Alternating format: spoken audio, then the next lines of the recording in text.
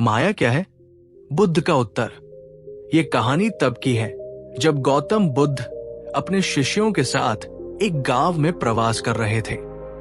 उनके प्रवचनों में बड़ी संख्या में लोग आते और उनके उपदेशों से प्रेरित होकर जीवन का मार्ग खोजते। बुद्ध की वाणी में एक ऐसी शक्ति थी जो किसी भी प्रश्न का उत्तर सरल और गहनता से दे देती थी। एक दिन प्रवचन के बाद एक युवक ने बुद्ध से मिलने का अनुरोध किया। वो बहुत बेचैन लग रहा था। जब उसे बुद्ध से मिलने की अनुमति मिली तो वो उनके चरणों में झुक गया और बोला, भगवान, मैं सत्य की खोज में हूं। ये संसार मुझे एक भ्रम लगता है। कृपया मुझे बताइए कि माया क्या है? बुद्ध ने उसकी ओर देखा। उनकी आंखों में करुणा और ज्ञान का प्रकाश था। उन्होंने मुस्कुराते हुए कहा, आओ बैठो, मैं तुम्हें माया को समझाने के लिए एक कहानी सुनाता हूं। माया का प्रथम परिचय। एक समय की बात है, एक राजा था जिसका नाम चंद्रसेन था। वो बहुत धनी और शक्तिशाली था। उसके पास अपार धन दौलत थी और वो अपने राज्य के प्रत्येक कोने पर शासन करता था, लेकिन वो भीतर से अशांत था। एक दिन उसने अपने विद्वान मंत्री से पूछा, क्या ये संसार सच है जो मैं देखता हूं? क्या वो सत्य है या केवल एक भ्रम? मंत्री ने कहा, महाराज, ये प्रश्न बहुत गूढ़ है। इसका उत्तर पाने के लिए आपको एक संत से मिलना होगा। पास के जंगल में एक संत रहते हैं जो माया और सत्य के विषय में गहन ज्ञान रखते हैं। राजा ने संत से मिलने का निश्चय किया।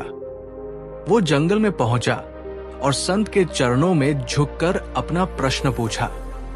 संत ने कहा, महाराज, मैं आपको इसका उत्तर दूंगा, लेकिन पहले आपको एक अनुभव से गुजरना होगा। क्या आप तैयार हैं? राजा ने सहमति दी। सपने जैसा अनुभव। संत ने राजा को एक पेड़ के नीचे ध्यान करने के लिए कहा। राजा ने अपनी आंखें बंद की और ध्यान में बैठ गया। अचानक उसने देखा कि वो अब राजा नहीं रहा। वो एक गरीब किसान बन चुका है। उसका जीवन कठिन था। वो दिन रात खेतों में काम करता, लेकिन फिर भी उसका पेट भरने लायक भोजन नहीं जुटता।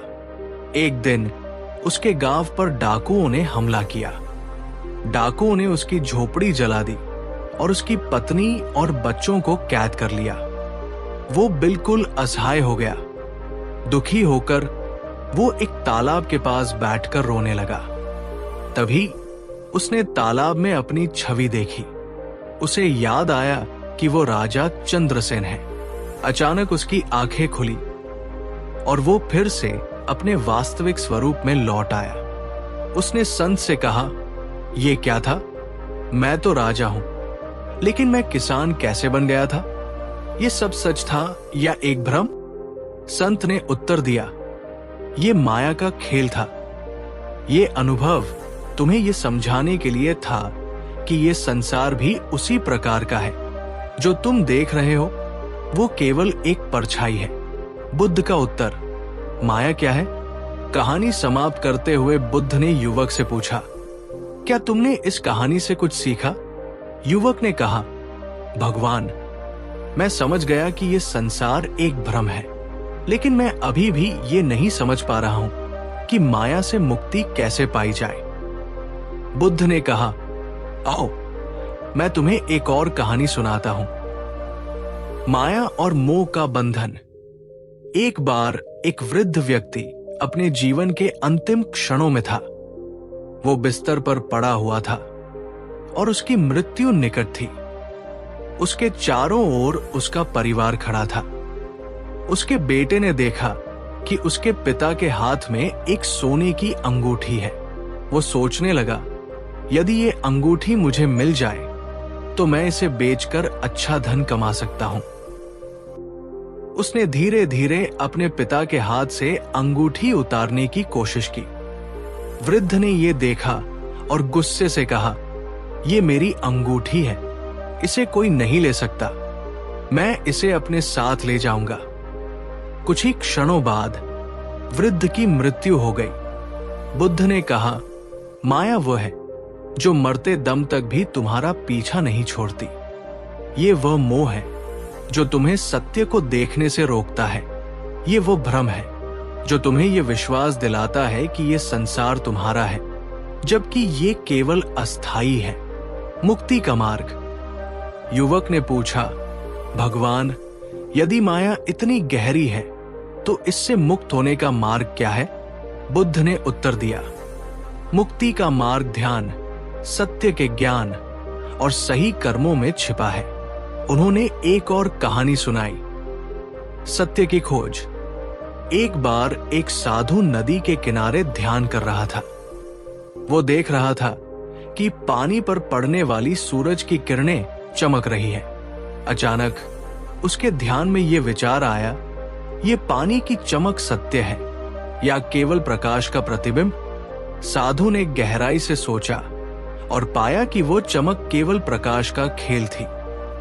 उसने महसूस किया कि इसी प्रकार ये संसार भी केवल एक प्रतिबिंब है। ये सत्य नहीं है, बल्कि माया का भ्रम है। ध्यान का महत्व। बुद्ध ने कहा, ध्यान का अभ्यास करो। ध्यान तुम्हें यह सिखाएगा कि जो दिखता है वो सत्य नहीं है। ध्यान से तुम अपने भीतर के सत्य को जानोगे। जब तुम अपने मन को शांत करोगे तो माया का पर्दा हट जाएगा। उन्होंने आगे समझाया, माया का सामना करने के लिए 3 मुख्य बातें हैं। 1. ध्यान, अपने मन को स्थिर करो और भीतर झांको। 2. सत्य को स्वीकारना, जो जैसा है उसे वैसा ही देखो। 3. सही कर्म, दूसरों को हानि पहुंचाए बिना अपने कर्म करो। अंतिम सीख। युवक ने बुद्ध को प्रणाम किया और कहा, भगवान, मैं अब समझ गया कि माया क्या है। मैं ध्यान का अभ्यास करूंगा और सत्य की ओर अपनी यात्रा शुरू करूंगा।